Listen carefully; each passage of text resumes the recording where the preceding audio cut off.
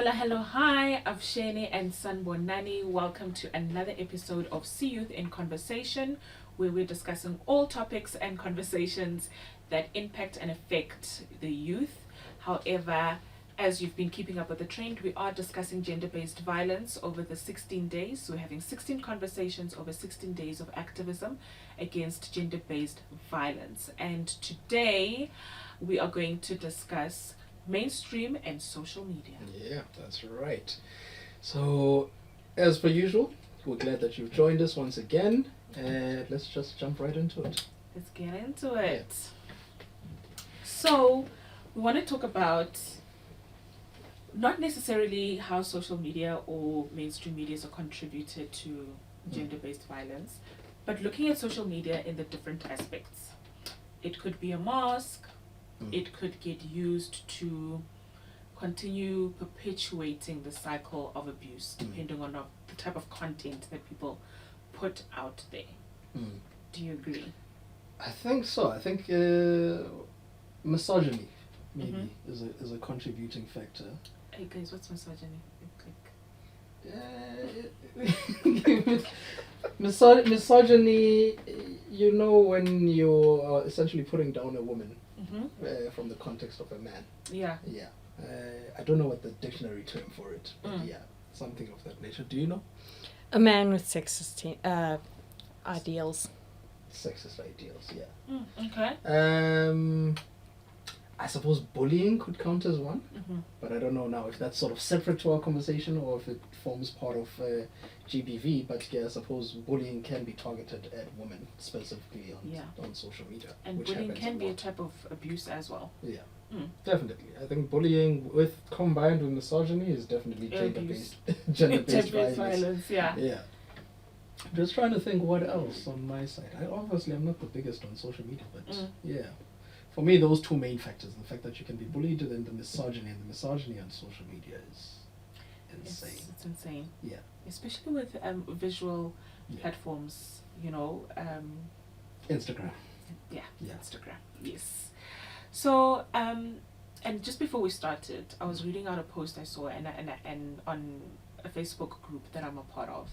And it speaks to the positive component of social media, but it also speaks to a point that we had raised previously about how people choose not to help or get involved in these kind of situations. So what I've noticed on social media is that you've got people that use it as a mask to mask the reality behind what it is that they are going through at home. Two, it's my opinion that women sometimes also use social media as a reason to abuse their significant others, financially or emotionally. And then also to spread absolute nonsense about gender-based violence, because I've seen various posts. So the most recent... It's also like the public court. Yeah. Because now, the most recent post that I saw was last night, actually, in a group that I'm in. And this lady posted anonymously about her abusive relationship. Yeah. And for the mere fact that she's recognized that she's in an abusive relationship is a big thing. And it took her 19 years to realize that she's in an abusive marriage. So she then made the decision to leave the marriage. She's got a child, so she made the decision to leave and went to go stay with her brother for about 2 months. And that didn't work out. And because now she was financially reliant on the husband, it's now resulted in her having to go back to that marital home that is abusive. Yeah. And not because out of want, but because of need. Yeah. She needs him to support them. And he's gone and filed for divorce, the husband, but he still wants her to fulfill the wifely duties.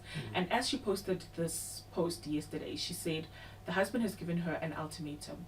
You be my wife and you stay, or you pack your bags and go. And she needed to have made that decision yesterday already. And she doesn't have a job, so she's financially reliant on him. There's a child involved, and she's obviously thinking about the child. Yeah, of course. And she's now reached out on this Facebook group to get assistance from anyone. And generally this group gets a lot of, traction and engagement, but there was very minimal engagement, and only 2 people reached out to say, can we assist you? Only 2. Only 2. And this group has thousands of women, and only 2 commented to ask to assist or to offer their assistance. Shame. So I mean, sometimes I think people have their own problems, right? And you can't always help. Yeah. But I mean, I think it's fantastic that the group exists and that people can, at least someone has reached out. It'd be worse if no one said a thing at all. But I mean, I think there's obviously there's a fatigue of sort of being a superhero as well. Yeah. Where you're trying to always help someone all the time. I know some people don't get tired, which is fantastic. But yeah, 19 years is a long time for her to 19 years. That's realize a lot. But actually, I am in an abusive relationship. 19 years is a lifetime. And I think that's the opportunity with social media, is such a great platform where you can really spread the positive message, or actually even educate people on what that abuse looks like. From those low microaggressions right up to, I suppose the physical is pretty obvious, but the financial dependency as well. Because sometimes it's it's an agreement we've made, but you might actually find that you've been trapped into this situation. Thinking that you and your partner were sort of seeing it as a 50-50, but no. Actually, it was not. There's a power Yeah, dynamic. because you liked working, and all of a sudden it's nah, man, quit your job. Why are you working? Whatever the case is. And apparently some of these guys will really work this thing for a long time, over a period of time, till you are completely dependent on them, which is... I was telling Shannon about a friend of mine, and that she was working, she had a job, and then her husband encouraged her to leave her job and relocate with him because he had received a new job opportunity. And she was against it in the beginning, but because they're newlyweds, she then decided she didn't want to be a housewife. She didn't want to be a housewife. She did not want to be a housewife. In my next life, I need to be a house husband. Clearly not everywhere. I tried the housewife thing. Nah. Yeah. You're a workaholic like me. It's not for you. It's not gonna work, no. Yeah. And so she didn't want to be a housewife, and she was just starting to gain her independence, and getting a job. And she got married, and the husband encouraged her to leave her job. Yeah. And she fought it for as long as she could, but she eventually figured that, it's a partnership. It's a new relationship. We're going to be partners, so things will work out. Kanti. She's still struggling to get a job now. And now the husband is emotionally and financially abusive. She's trying so hard to get out because she's gotten to the point where now she's also realized that she's in an abusive relationship. She had to go through depression, being suicidal, before she could realize that she is in an abusive relationship. And now that she's realized that she's in an abusive relationship, she can't get out because she's financially dependent on the husband. She goes home to her parents because that's advice that we gave, that go home. Go home. You've got parents that will accept you. Go home and take your child, because now there's a child in the picture, and go home. She goes home and her parents say, go back. It's tough out here. Go back. There's no such thing as divorce in our religion. So go back to your marital home, pray about it, and fix things with your husband, and all things will work out. And I think that's only then she kind of picked up from seeing in her marriage that her mother may potentially have also been in an abusive marriage. And she's sitting in that abusive marriage, and now she's encouraging the daughter to do the same. So it's those kind of situations where you then realize, that's why it took this lady 19 years. And fortunately for social media, because she couldn't get help anywhere else, because she also went to the church for help and they couldn't help, she's now resorted to reaching out to anyone using social media. And you may find that it was social media that helped her realize that she's in an abusive relationship. Probably. From other conversations, or even watching a program that helped her realize that, she's in an abusive relationship.